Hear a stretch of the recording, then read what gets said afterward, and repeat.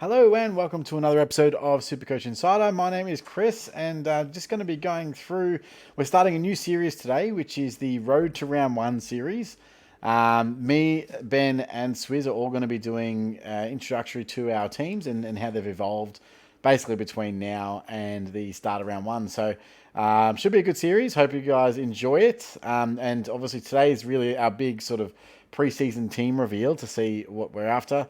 For those who don't know, over the off season, just to catch you up on things, I had a kid, so that was awesome. Things have been going great up in Brizzy. I'm a little bit sun kissed at the moment. All this redness. We spent a day with the family at SeaWorld today, so it's been a great couple of months, but obviously heavily also reinvested back into Supercoach. It always just drags you back in, and I am 100% looking forward to this year. I know a lot of you guys that will be listening to this are as well. So how this sequence is going to go through, obviously you can't see anything right now on the screen. We're actually going to talk through every pick and why we've gotten that way. Outside of probably the rookies, I mean, they kind of speak for themselves at this point. But there's a method to that madness as well. And then we'll go through and see which... how the team is shaping up and what it's looking like. But let's put you out of your misery, I suppose, with the first pick. And I don't think it's a surprise, but Tom Stewart there will fit in quite comfortably at D1. The only person, in my opinion, that might replace him at D1 that could be potentially James Sicily. And I think that I'm going to be debating those guys probably for the entire preseason. And it could even be the preseason games that, for me, that determine which way that I will actually go. And I'm not entirely sold either way. But one of them will be it. Now, Tom Stewart just takes the hat for me at this stage, mainly probably because the entire of last year I didn't own him and he just destroyed me. So that hurts. Obviously, he did only play the 17 games, so that's probably the one thing that is against him, but he also did have an injury game in that. So his 110 average is actually quite... it's still a value proposition at this point, based on his availability. Now, and what we know from Tom Stewart, basically towards the end of the last season, and he can go big. He can obviously do, the 160 plus type scores, but he's also very consistent. Now, he can attract attention, but Geelong put a hell of a lot of work into freeing him up. So they just might move him to the wing. And when he played on the wing, he was even better. So whether he's behind the ball or on the wing, he just knows how to score points. And it's a fantastic guy to have in your team. And it's also a guy that has serious burn factor when you don't have him and other people do. He's the one. So I think there's upside, a potential, a little bit of upside in him. So I'm going with that side at this point. I do still like the Sicily pick, so I wouldn't say that's a bad pick either. But I think there's more upside in Stewart at his price, which is about 20k cheaper than James Sicily. I also think there's a bit of upside in the next pick, which is going to be Jordan Dawson. So he had a bit of a slow start. I think the first 5-6 weeks of the year, everyone was saying, it was a bit of a bust of a pick. And then he just exploded. Worked out his teammates, they worked out how to use him, and it was the kick it to Dawson show. Absolutely on fire. It's going to be tough to go into a season without Dawson. I think that there's a little bit of value in Dawson. He can definitely average 5 to 10 points per game more. And I think of the top defenders, and there's obviously a lot of them. So, these guys are all over 600k. Jordan Dawson, Sam Doherty, Tom Stewart, James Sicily, and Jack Sinclair. I believe that the two with the highest upside is Stewart and Dawson, and that's why I'm picking them. I'm not going to go with a 3 deep of this style guys in defense. That's going to be my 2 Uber premiums, especially when there's this many guys over 600k. It's too much money to be spending in defense. So moving on to my D3 now. This is also going to be a debate pretty much right up until preseason and we see them. By the way, we are sponsored still by Splash Vodka, so shout out to those guys. But I'm on the Vino tonight. Indeed, thirst quenching. So this look, it could just be a placement pick, but it's going to be between these two guys, and it's going to. Right now, I'm leaning towards Himmelberg as that option. Again, huge, absolutely massive upside, but only if he starts a season behind the ball. Rumor is that he's actually training in front of the ball again, which doesn't make sense considering that they just drafted a number one pick that is a full forward. Unless they want to develop him and Himmelberg will be back there for a little bit. I'm not sure, but if Himmelberg is playing in defence, I want him in my team, and at that price, you're never going to get him again if that's the case. I think he's seriously undervalued and underrated if that goes through. Now, the other one, of course, is Nick Dacos. Now, a little bit of value in his price. Yeah, average at 91 is 502k. These guys are the similar price, so probably one of them will start in my team. But at this stage, I'm going with Himmelberg. Dacos is just the unknown for me. Is a lot of his ball when he was at half back, he got from his gut running for and burning off the forward, right? So he got a lot of touches that way, and I'm just not sure he's going to be able to get the same amount of touches or impact from midfield only. Or what that sort of rotation looks like, if he's going to be resting behind the ball, if they rest him in the forward pocket, if they decrease his time on ground because he's playing more on the ball. All of these things are really up in the air at the moment, and I want to see it beforehand. So, again, probably one of them will start, but at the moment, Himmelberg is there until proven otherwise. But if he comes out in the preseason and starts playing forward, then I don't think you can pick him at all. He's not going to be a good pick. It's only if he's playing behind the ball, and then he'll be locked in at that D3 position. All right, on to D4, and it goes right down. Now I am a little bit of some would say a edgeways with this pick. Now, there's a couple of guys that I would say have value. I'm skipping a lot of these value guys because at this stage, I'm just not sure. One of those is Tom Atkins. The other is Ed Richards. I'm really not on the Elliot Yeo train. I know others are, but Yeo is another one that I'm skipping on.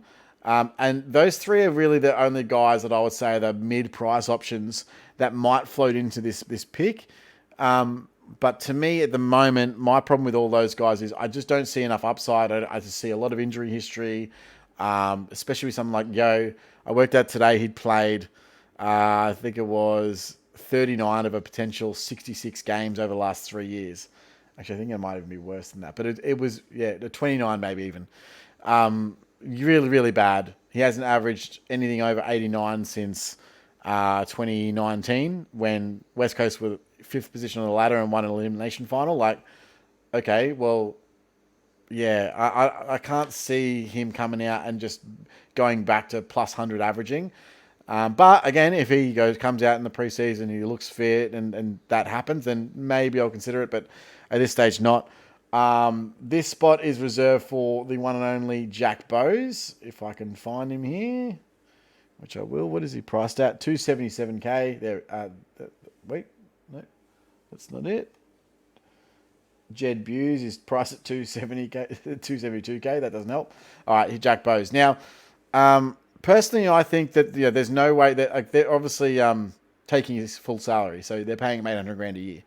So they must rate him to do that. Now, yes, they got pick 7 out of it, so that's all part of the package. But rumour has it was Dangerfield that said, no, we got to go get Jackie Bowes. Now, I've seen him play a lot. I love him playing. I love the way he plays. He's got a supercoach game about him. He's good ball use, good tackler. I think he could potentially average, now depending on role, anywhere between 80 to 95. And at his price, it's pretty good. Now, he could go more, but the rumour has it he's going to slot straight into that Selwood role that is obviously outgoing. But Tom Atkins could also slot in with that more midfield time, and Bowes could go behind the ball, or maybe they're interchanging. So I'm not really sure what those splits are, but if Bowes is in the best 22, then Atkins you probably can't pick, because I think that's the sort of spot that he actually takes up there. But at this stage, at that price, I think he's probably easily the best mid-pricer in the defence line. So I'm just locking him in. And then it's obviously the rookies from here on out. So Connor McKenna is in until proven otherwise. Hasn't really set the world alight, but well, at 167k, if he's best 22, I think he is best 22 too, by the way. And the reason is I don't rate the speed out of the Lions defense. So what I mean by that is Rich is slow and doesn't have a defensive bone in his body anymore. Even Kitty Coleman, great user, really slow. They've got Starcevic, who's probably their best mix in that he's a very, very good one-on-one defender, and he's quite quick, but that's it. Outside of that, it's really slim pickings. So I think that Connor McKenna comes in there to give them that dash off half back.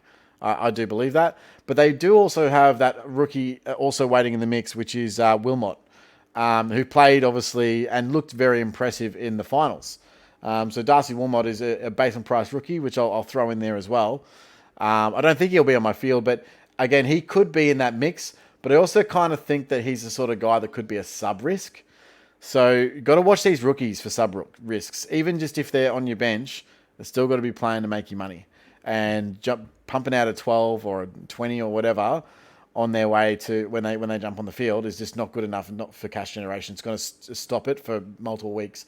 So be careful of guys like this who might not be a best 22 candidate, is all I'll say. I'm going to round out the other rookies with a reason for that. So Charlie Dean is the next one. I personally believe that he's in Collingwood's best 22. So I'll probably field Dean. Now, Dean probably would have been this start once Jordan Roughhead retired. When was that? Let's say 5-6 games into the start of last year after he got injured. Charlie Dean was a mozza to be the starting fullback. And then he got injured. And then after the bye, he was going to come back, and then he got injured again. And so they put him on ice, and he's ready to go this year. Now, they do have Nathan Murphy, who really stood up. But Nathan Murphy's only 189 centimetres. He's not actually a key position tall. In fact, the only key position tall that they have currently in their best 22 is Darcy Moore, who's 200 centimetres. Everybody else is 191 or below. So Jeremy Howe is the next biggest at 191. And then there's a bunch of guys that are 190 or 189. So they don't have a second key position defender currently. So that's where Charlie Dean fits into the picture. He kind of needs to be that guy because they cannot go into another year where they haven't got a developed second tall as a defender to take the guys with the two big tools. So guys like teams like Richmond, obviously with Rewalt and Tom Lynch. With Geelong, with Jeremy Cameron and Tom Hawkins. Those teams are the teams that absolutely tear us apart because we just don't have the depth in the fullback position. So I think that Charlie Dean's actually best 22. So yeah, keep an eye on that one, but that's my pick at the moment. Now, rounding out with just, an invisible guy, a guy that, let's see if he gets a game. Look, obviously rookies are what they are at the moment.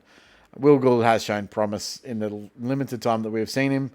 I found it very strange that the Sydney went and recruited another intercepting defender. Can't remember the name of the person, but basically someone who plays the same position of Paddy McCartan, and then they've gone and got him, and then Will Gould must be sitting there just going, like, am I going to get a game at all? Like, why did I just re-sign a contract with you? Like, I just don't get it.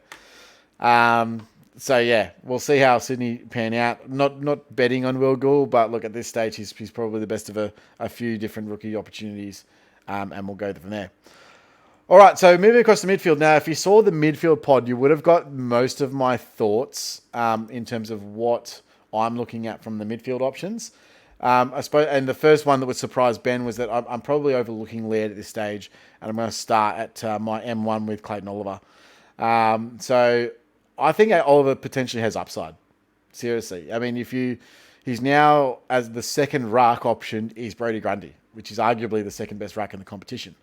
And his first best ruck is the other guy. So there's a potential that he could go better. There's also a potential that he has one of those kind of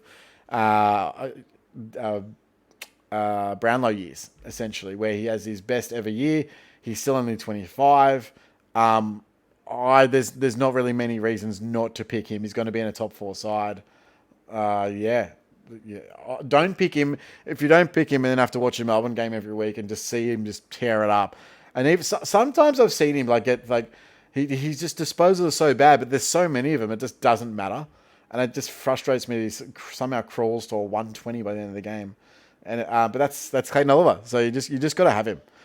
Now, my M2 at this stage. Now, having said this, so a big blanket over the top guys, right? But The guy with the most upside for me is Marcus Bontempelli. Obviously, part of that is the Dunkley trade out and the trade-ins that they've also had. So bringing in Lob, they've got now a full complemented forward line.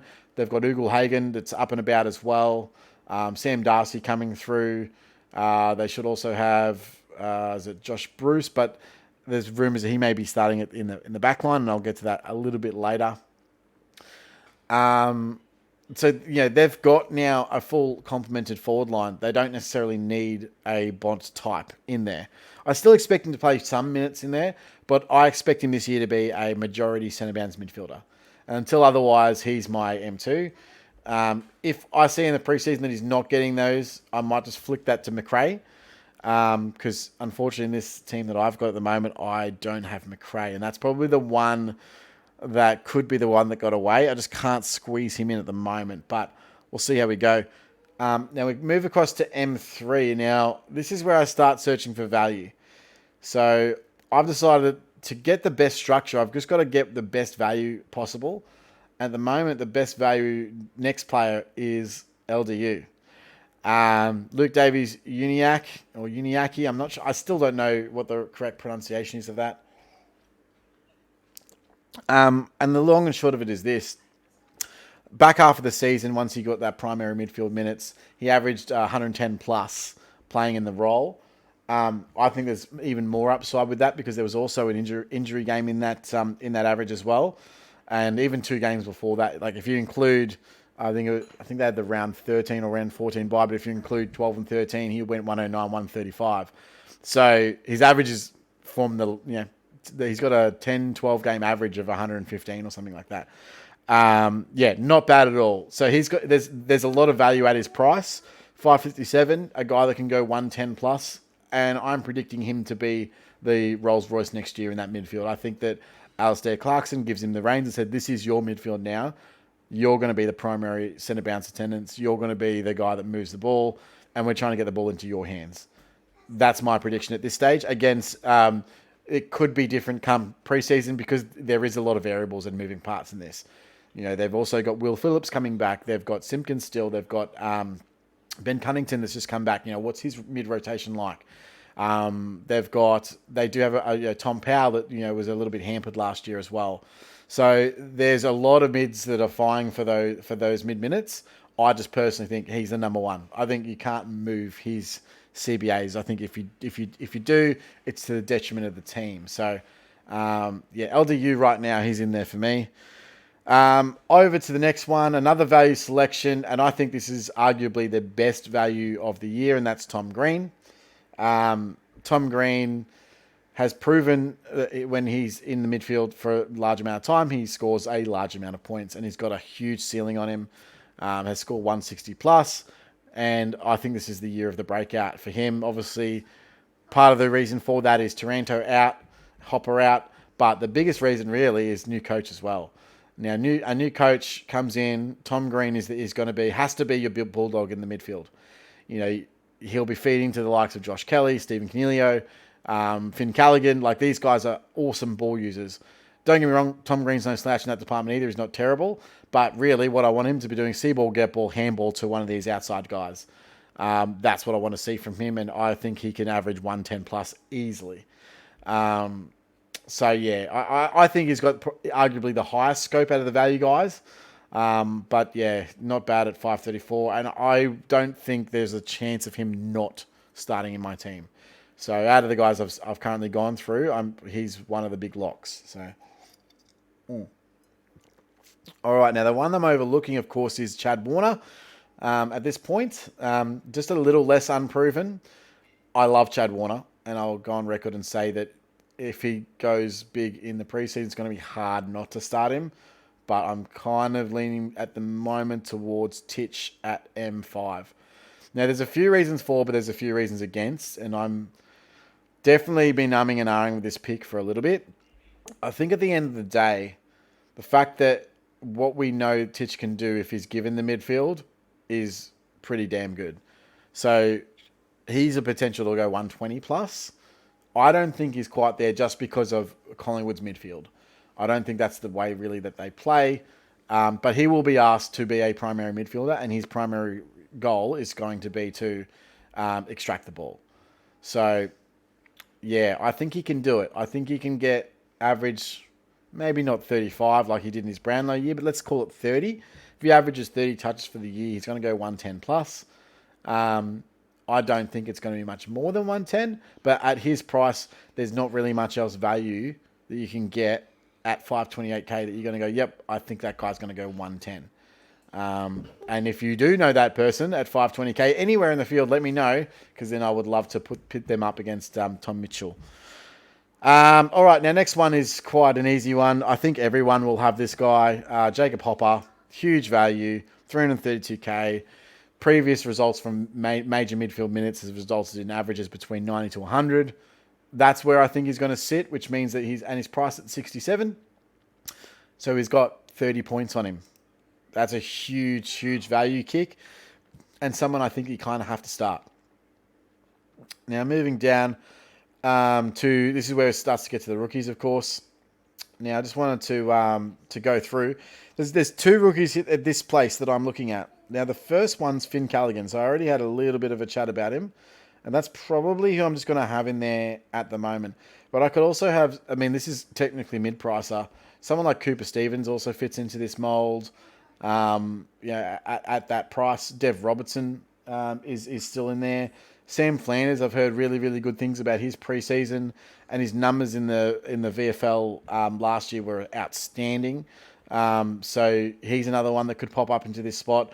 But this is where your expensive rookie comes in. Now, the other one, of course, that I'm looking at that price, which is obviously a little bit cheaper, is Will Ashcroft. And if you had a look at the pod that we released for the midfield, you would have seen at the end of it, I was just kind of a little bit tentative on Will Ashcroft. Now, there's every chance in the preseason he comes out, absolutely blows us away, and it's got to be a lock for round one. But I'm just worried that he's the 23rd man at the Lions, and they've got a very deep midfield. So even if he does play, first of all, is he a sub risk? Second of all, is he playing midfield if he is, or is he playing forward to allow the other guys to play midfield? Do they push him to a wing? If so, what does that do to his scoring potential? Those are all real iffy questions. Whereas I personally think right now, I think Finn Callaghan will be part of that main midfield rotation. So we'll see how we go. But those two guys are up there, but I'm not going to be selecting both. So that's my that's me currently. Next one down, I think this is a very no-brainer pick, easy pick. Will Phillips, got to be in there. 158k, which is cheaper than his rookie year, of course. Battled Granger fever twice last year, so didn't play. And he's an absolute gun. He's a jet. So with a new coach, I can see them trying to develop Will Phillips there on the list. I think he's going to have a major mid-minutes, and at that price, you can't really go past him. The rest of the rookies kind of speak for themselves, but let's pull up, first of all, if I can, defender mid, no. God, I've got them all written down here, and there are reasons currently to have all these guys. I didn't just pull them out of a hat and go, yeah, no, this is all good. Mid, yeah, I'm still in the mid section. Okay, so the first one we're going to talk about is a bit Josh Sin. So only played one game last year and scored the 24, which is why he's got the really nice price point. But I do believe that he is a absolute jet. His problem is obviously getting into that team. Porter are a very strong team. Without injuries, I can't see him approaching that first team from round one, but there is an opportunity for him to do that. Matt Johnson is obviously a very good, keen watch over at Freo. I think that, again, if he gets some time early, that'll be one that I'll definitely be throwing in there. And Oscar Baker for the Dogs, who obviously came over from Melbourne, is a mature age guy, and with the departure of Seagull, Lockie Hunter, the rumour has it that Oscar Baker is the one in line for that wing role. So if he does get that, that's at 123k, mate, that's an absolute lock. So can't go past that.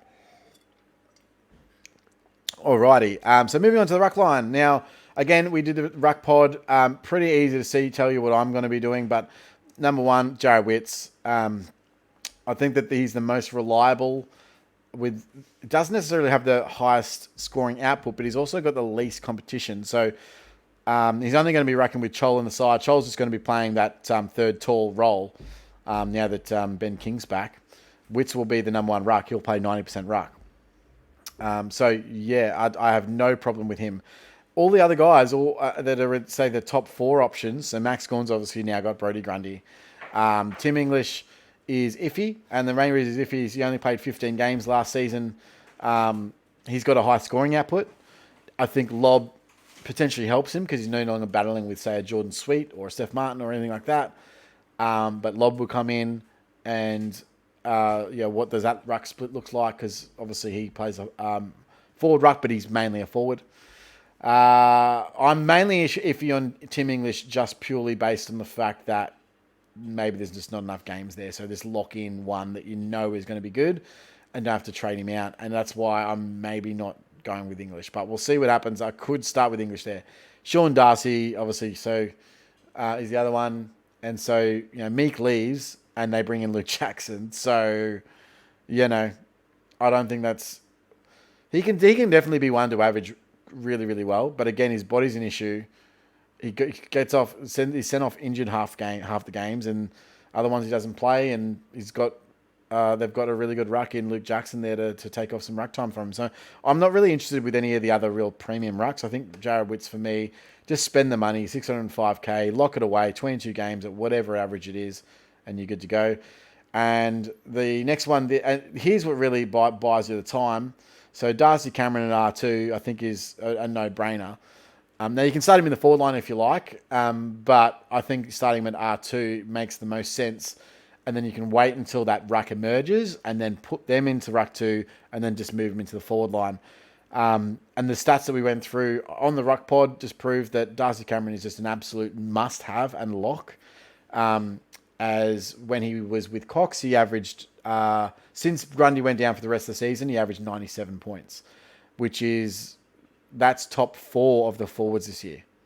So not bad at all. You can't really go wrong with that. And he's also going to provide invaluable ruck cover for the year.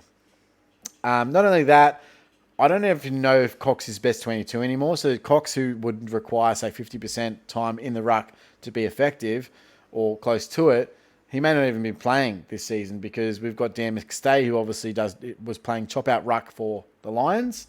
So does he just play forward or does he play chop out? Is Cox no longer best 22? What about Nathan Krieger? Does he come in and play that role?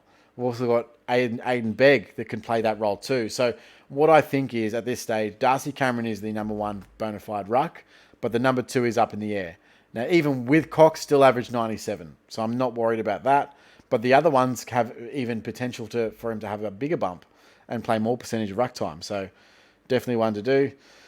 Now, I am just locking in the GWS ruck forward at 102K on the bench there, just for flexibility purposes. But there is merit to start other rucks.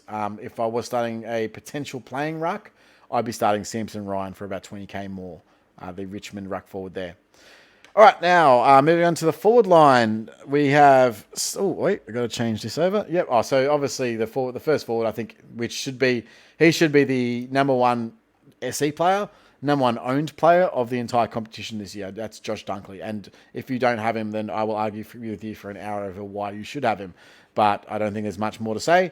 Josh Dunkley is locked in for me, and the absolute non-negotiable lock also is Tim Taranto for me. I believe personally that he's going a minimum of 105 plus. So that could be up to 110. It could be even more. But he's shown when he plays midfield, he can get the ball, rack up numbers. He gets tackles. He's their primary ball mover. What he's not good at, unfortunately, is delivery of the ball. So that's where his SC suffers a little bit in his foot skills. That still doesn't mean anything. He's still going to average at least 100, and I'm tipping 105 plus. So we'll see what happens, but that will put him definitely top 6 at lock for that, and arguably top 2, top 3, depending on how the forward line ends up this year. The other one I really like at that position is Canelio, but unfortunately he's just a little bit more expensive, and I'm only going the 2 bona fide premiums so far in the forward line. And that's because there's a lot of value in the forward line.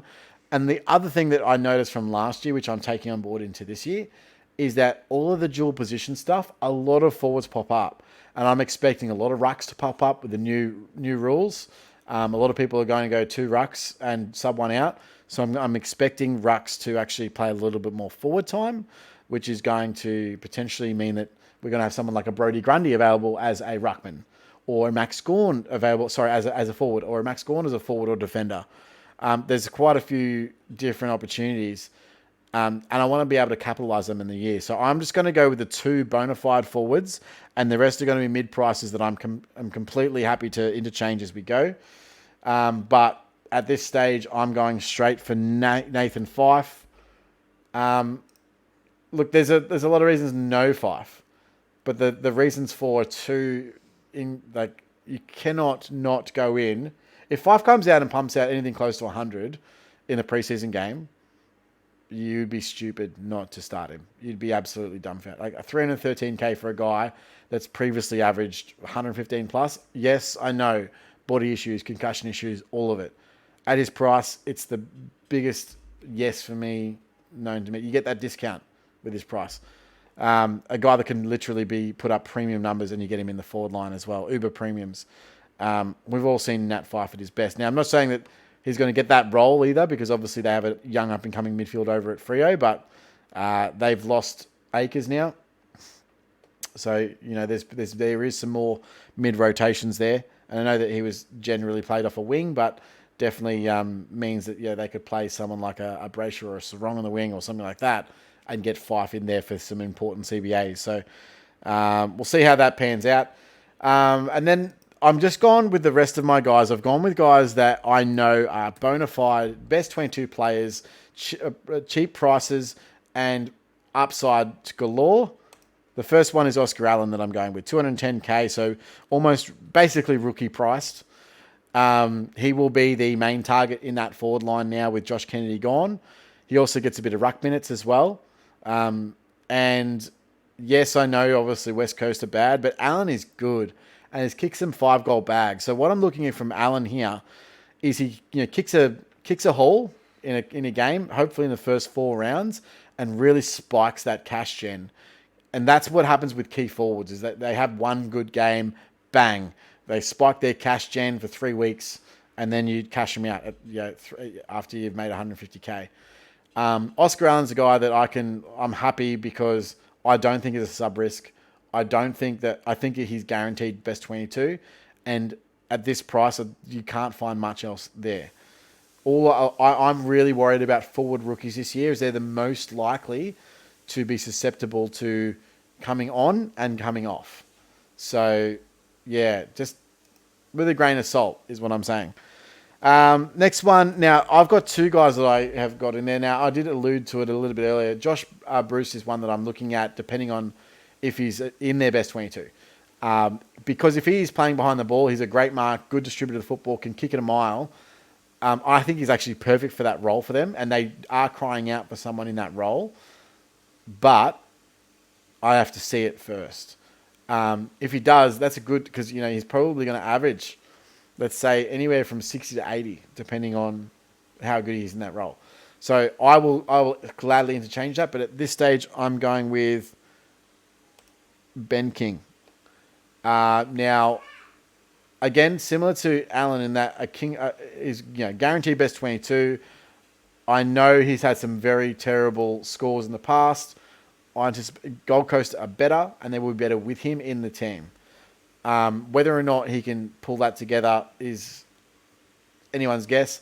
Worst case scenario, he's just I can fill him in with someone else if he looks bad in preseason. But I like the fact that he's best 22. I like the fact that he can kick bags. I like the fact that Gold Coast are a much better team than they were 2 years ago. And I see Ben King as someone who can really, really step up for him. So no Isaac Rankin anymore. He's going to be relied on to kick lots of goals, and I hope that they just target him. The last one, who's an absolute no-brainer of a decision, really, Toby McLean. Again, my only issue with him is going to be the sub-risk potential. So if he's the 22nd or 23rd player, is he one that they potentially move to sub out? I don't know. But we've seen what Toby McLean can do before when he's given a mid-roll. And if he gets enough mid-time, then he's going to be an absolute must-have. So he's in there at the moment. On the bench at the moment, these are more place keepers, but I think Finn McRae he should be starting round one. Now, the reason for that is he won the actual VFL award for Collingwood as the best player for the year. So he's earned his stripes, and I see him as a guy. Again, he's played a few games and had some poor scores, but if he gets enough mid-minutes, and I think he will, I think he's going to bust onto the scene this year. So keep an eye on Finn McRae. I think he's one that we all want to watch. And the other one who I think is potential for the Pies as well is Joe Richards. Obviously, the mature age recruit. He was playing in the country league, I believe, for Wangaratta Magpies, coached by Ben Reid over there, and absolutely killed it. And apparently the recruiter went to see him 6 times during the season. Every time they won games because he just pulled them over the line in the last quarter. And they won the grand final, doing the same thing. Joe Richards had an absolute blinder of a fourth quarter, and Derek Hine walked away from that meeting literally saying, "Yep, I'm drafting that guy." So, yeah. I can't imagine them bringing him across just to be in the VFL team. I feel like he's an AFL-ready player that they want to try and plug in. Maybe he's a bit of depth, but we'll see. We'll see. I think he might be the sub, unfortunately,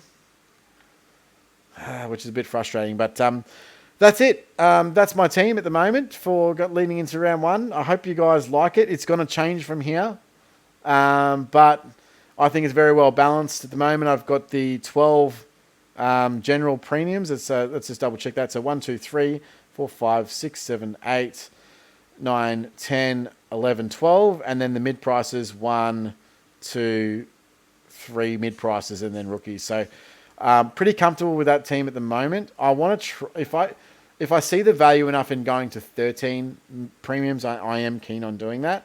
But then you've got to lose elsewhere. You know, dropping someone like a Stewart doesn't fly. Like these 600k guys, they're all locks. Like I don't think you can interchange them.